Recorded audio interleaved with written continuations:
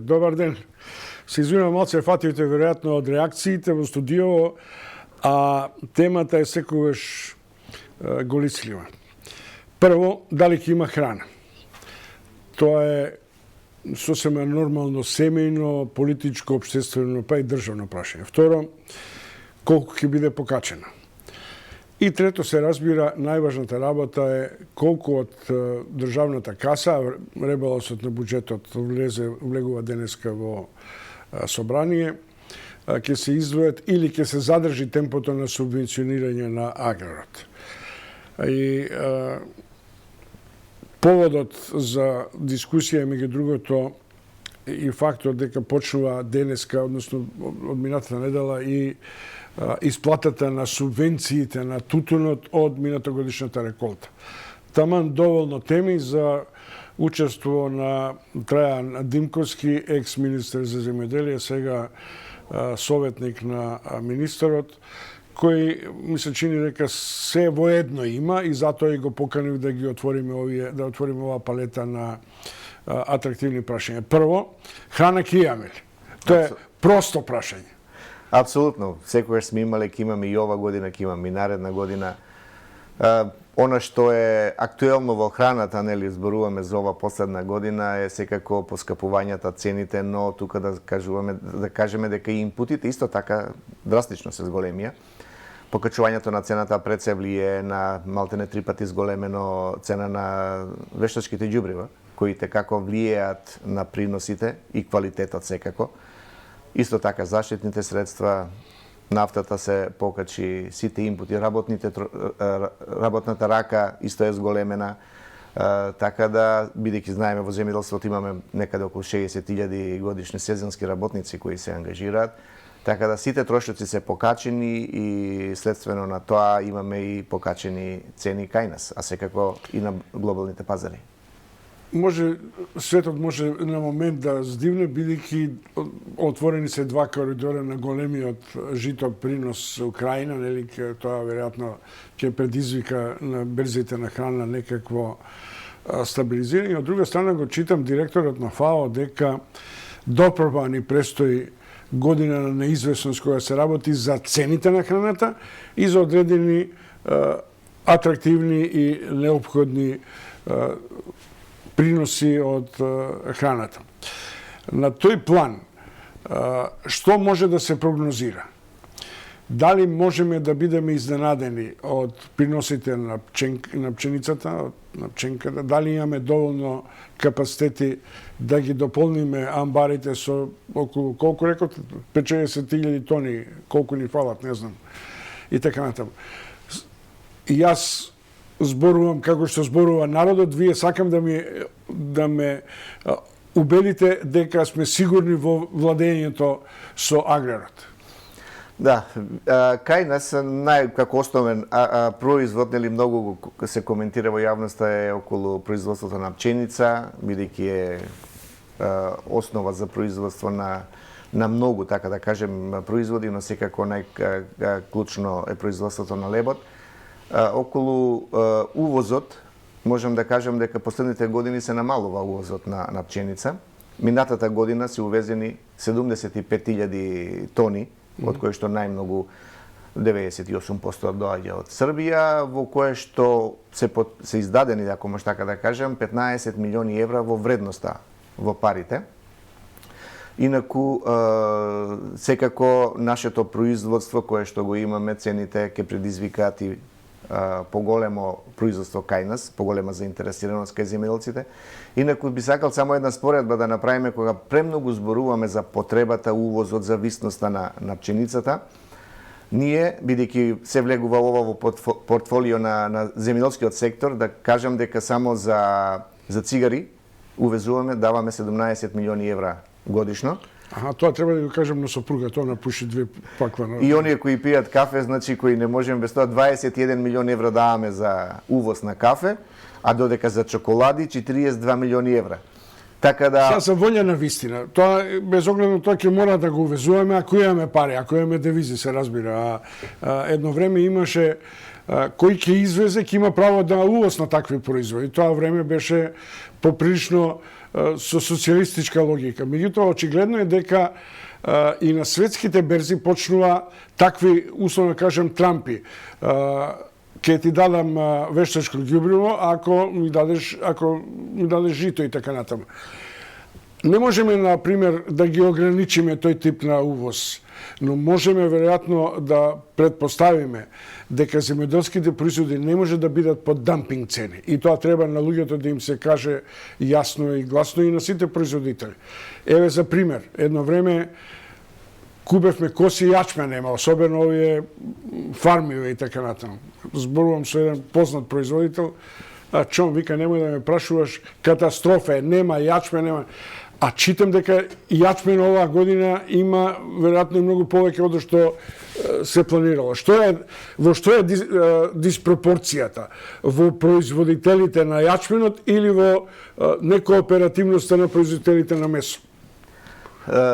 Во моментот, значи секогаш, само како информација дека минатата година ние имаме извезено 20.000 тони јачмен, што значи дека имаме доволно производство за домашни потреби, претежно тоа е, која велам домашни потреби, за сточарски фарми од сите сектори. Исто така, овој извоз кој што и текако значи за вкупното производство, од друга страна јачменот е стасува порано, така да ги избегнува жештините, но кога зборуваме за ова и моменталната состојба, можеби некои се навикнати дека кога 6-7 денари 8 па самите земјоделци молеа да го предадат јачменот. Сега очигледно дека време на ефтина храна помина, секаде е поскапено и во моментот не е дека нема, туку е скапо и затоа верувам дека и сите овие реакции се од тој аспект, бидејќи ако тие имат скапи инпути, мора да имат и скапо производство. Сето тоа на крај се рефлектира со скап финален производ. Но која е улогата, ако може така ние да кажеме што правиме и ја следиме сета ова состојба без разлика, значи дали од сточарско производство или од поледелско производство, сега преку интервентната програма 1.200.000 евра се одвоени за производители на свињи. Негде 80 милиони денари, тоа е 1.300.000-400.000 евра за заклано јагне. Значи сите овие идат делови дополнителни субвенционирања за да им помогнеме. Знаеме дека за производството на јачмен, пченица, пченка, сончоглед, кои што така отидовме преку интервентен фонд за да ги намалиме трошоците за вештачкото ѓубриво. И очекуваме во ова да имаме една добра политика, да кажем, каде што ќе имаме зголемено производство, но и тука исто така сериозниот пристап на играчите, ако може така да кажем, во овој сегмент, пред се сакам да го нагласам во делот на сончогледот за производители на сончогледово масло, кои исто така сериозни се, кои се завземаа и заедно ги креиравме сите овие мерки и политики, се со цел да што помалку бидеме зависни од целата ова работа која што ни се случува на основните продукти. Така да очекувам, но овие политики мора да бидат долгорочни. Значи не може ние само во една сезона да се интервенираат и очекувам дека ќе имаме добри резултати во делот на производството и за пченицата, за јачменот, сончогледовото масло, веќе се очекува и двојно да имаме поголемо производство оваа година. Поголеми посеви или поголеми приноси? Имаме и поголеми посеви, значи поголеми површини. Приносите зависат од кај нас, бидејќи тоа е све на отворено, но оваа година може да кажеме дека овие дождовите во мај и почетокот на јуни сега што ги имавме и како се значајни за поголеми приноси пред се и за сончогледот, но сега веќе и за пченицата која што е во една фаза на предзрејење, така да и тука би не може ли да се изведе во реализација овој опитен пример на тобако производството и откупувачите, каде што се планира заедно со производителите колку ќе се даде, ќе се откупи и така натаму. Истата ситуација да биде со нашата месна индустрија и со производителите на јачмен. Многу сме разговарале околу ова зашто тутунот не се изедначи со другите производи, дали е јачмен, дали е грозје, дали е јаболко и слично. Мора да кажеме дека тутунот е акцизен производ во кој што се контролирани и договорните услови, семето, се што се користи, кој го откупува, така во тој аспект, сега што ние може да направиме, да пресликаме, да кажем така, искуство во тоа. Ова година прв пат го направивме за субвенционирањето на сончогледовото масло, односно за сончогледот, каде што се воведе дека земјоделецот за да ги искористи правата на субвенционирање мора производот да го има предадено на регистрирано Тоа е купувач. модел за сите субвенционирања. Ова година е моделот само за сончогледот, Добро. но очигледно размислуваме се повеќе и сега ги правиме анализите дека и за другите производи, бидејќи ни се случува и ние гледаме и имаме реакции на терени, каде што имаме засеено производство во кое што не се води сметка дали ќе се фрлат вештачки ѓубрива, дали ќе се дадат други агротехнички заштити средства за да имаме поголеми приноси.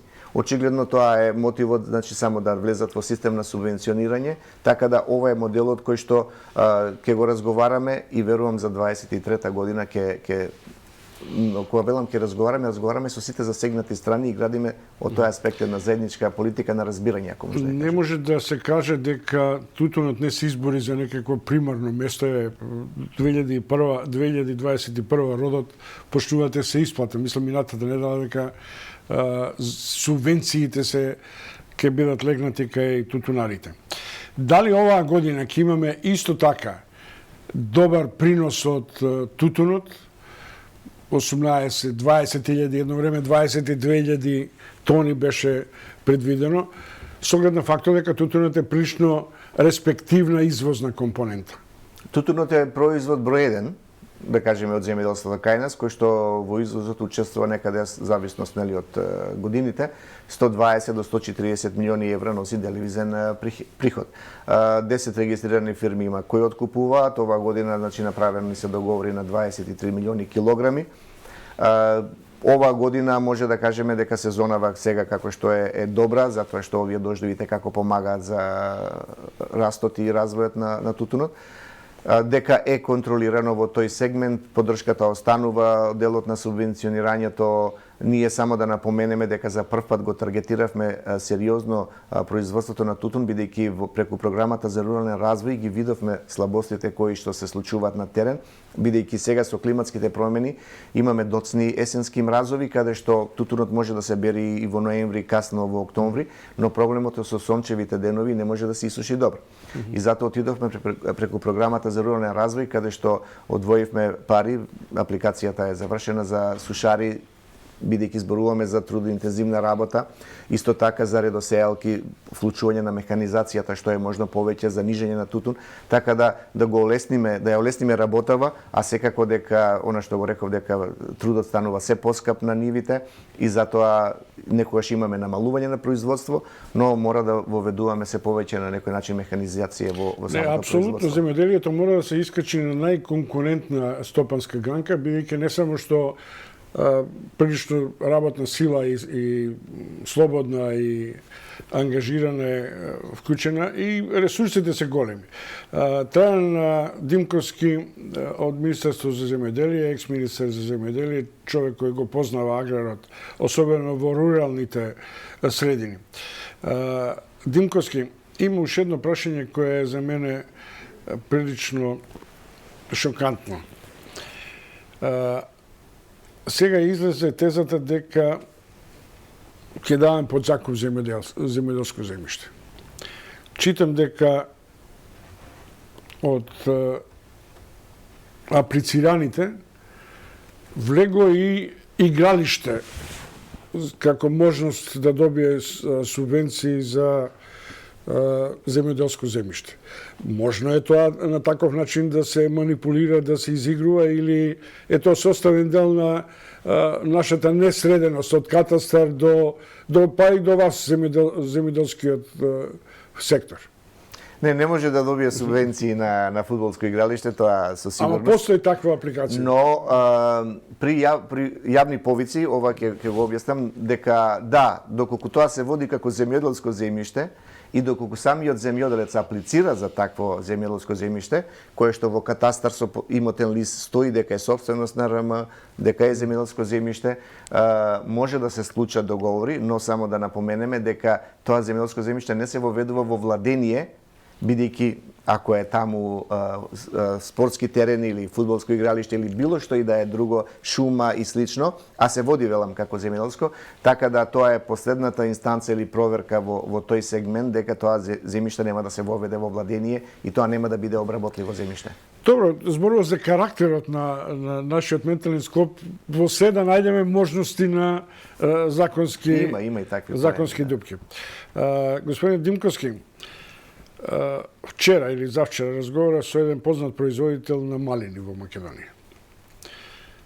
И го прашав, и во исто време ја читав и констатацијата на министерот Николовски дека многу малку се осигурува земјоделскиот земјоделски.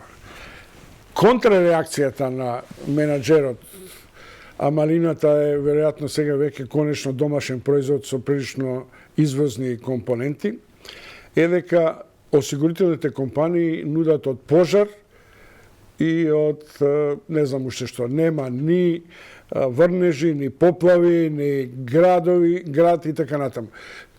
Ние сме далеко од тој систем на западното уредување на заштита од непредвидливости и така натаму. Види, компаниите за жал, да, они можат има таква слобода што тоа е како ги ограничуваат нивните производи. И сега може да понуди одредени заштити, додека одредени производи не ги вметнуваат воопшто. Може тоа да биде и град, и поплава, и суша. Таму не може да најдете таков дел, кај што може да го купите. Но ние како во делот на заштитата од градот, веќе 3 години имаме она што го велиме авионско засејување, дава одредени резултати во кои што сега правиме и анализи, бидејќи имаме реакција делот дека нема врнежи, и тоа е сосема една погрешна теза. Но делот која што го спомнавме дека за производството, ако зборуваме за малините, да зема не само за малини, уопште за сите. Еве сега се жалат уште за поплавите, делот земјоделците кои очекуваат некаква компензација од тоа. Сега јас се прашувам, ако државата им дава компензација, општини и така натаму, дали не е на одмет да се формира фонд преку кој ќе се субвенционира осигурувањето на големите земјоделски посеви? Ние како субвенција постои сега во програмата, каде 60% од полисата Министерство, односно државата ги покрива преку програмата на платежната агенција. Инаку во исто така се работи драфт предлог за задолжително осигурување, кој што има некој искуство кое што се влече од Турција, Шпанија, да кажеме од Кајнив. Тоа секако дека ќе се разговара и по дебати со самите земјоделци да видиме кои се тие опциите. Инаку верувајте дека со осигурителните компании секогаш постои простор, бидејќи која е несигурноста кај земјоделците во процентот на обештетување. Земјоделците кажуваат 1%, осигурителните компании секогаш имаат некој понизок процент. Инаку во делот на штетите кои што ги исплаќа државата преку владата што дадат програмите, верувајте, тоа се многу мали проценти во кои што подобро да направиме заштита отколку да оставиме, затоа што 10, 15 или 20% ако вие исплатите оштета, замислете колкава вредност е таа на производот ако би се изнела на пазарот. Така да тоа е само мала компензација за одредени трошоци, покривање на трошоците. 2900 апликации за трактори, силоси, опрема за тутуно производство и така натаму. Тоа е доволно индикативно за покажаниот интерес или е нов бран на сомневање за манипулативност? Купи трактор па продај го. Ние сега во програмата ставивме дека оние кои користеле во последните 5 години вакви мерки не може да бидат корисници, што значи дека со тоа се ограничуваат за вакви, ајде да кажеме, манипулации кои што би се осмелиле.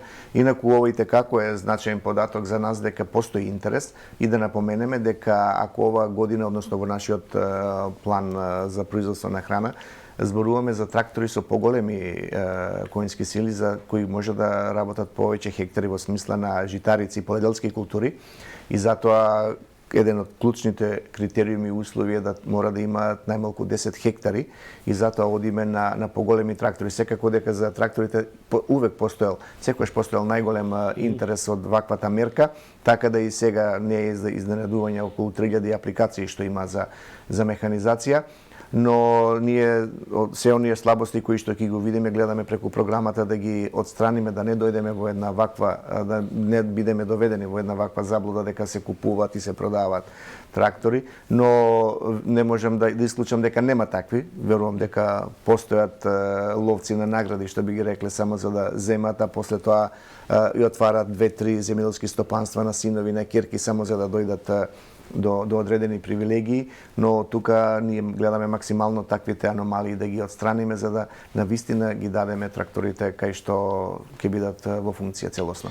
Ребаланс на буџетот влегува во собраниска процедура. Колку оваа година реално ќе бидат исплатени, се планира и ќе бидат исплатени субвенции за аграрот? И исто ли ќе важи правилото? Даден производ исплатена субвенција? Има производи кои што се исплаќаат на предаден килограм или на литар, во зависност, но има и основни субвенции кои што ги изборуваме, тоа се по хектар или по грло. Така да и ова година ќе има. Инаку проценката со ребалансот за директни плаќања, значи веќе ќе имаме околу 110 милиони евра за директни плаќања, и да напоменеме дека за прв пат имаме воведување на интервентниот фонд, кој сега во моментот е 400 милиони денари, со ребалансот добиваме уште 500. Тоа е некаде 900 милиони денари, со значи дека околу 15 милиони евра и нешто. Значи ние оваа година реално до крај на годината. Зашто ќе служи интервентниот фонд? Во моментот интервентниот фонд веќе напоменав, значи имаме мерки ставени за поддршка на вештачко ѓубриво, на заклани гоеници,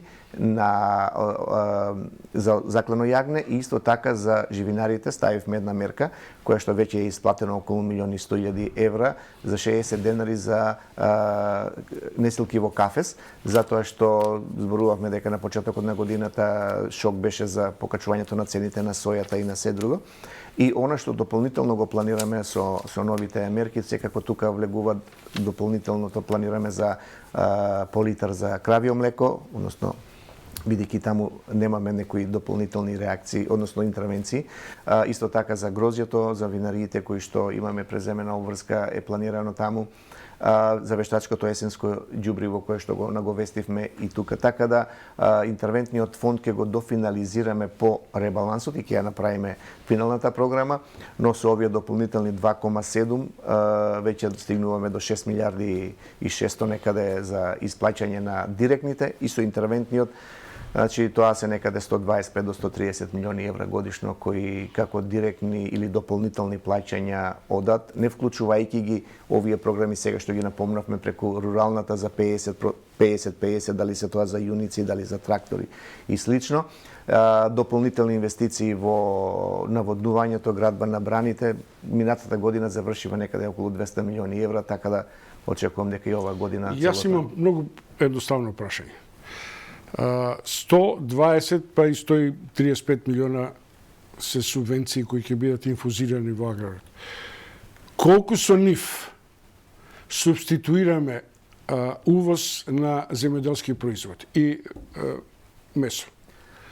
Можеме ли да бидеме сигурни дека тоа што ќе дадеш ќе ти биде вратено на одреден начин со субституција или повторно ќе ни расте увозот на храна? Ние со овие пари, значи кога велиме за ова се пари за одржливо производство, значи за одржување на насади, одгледување на добиток и слично. Кога го правиме муабет дека многу звучи дека многу се пари, но да не заборавиме дека ако ги исклучиме економските зони кои 2,5 милиарди носат нели годишно евра, ние имаме некаде со 15-16% производство на земјоделското учество во бруто домашниот производ. И ако ги погледнеме сите овие 130, а имаме милиарда и 400 и 500 милиони евра производство, значи ние 8-9% субвенционираме целото производство. Овие 8-9% и како се значајни за самите земјоделци, некојаш во некоја година ќе кажа дека ова ни е чарот, само субвенциите.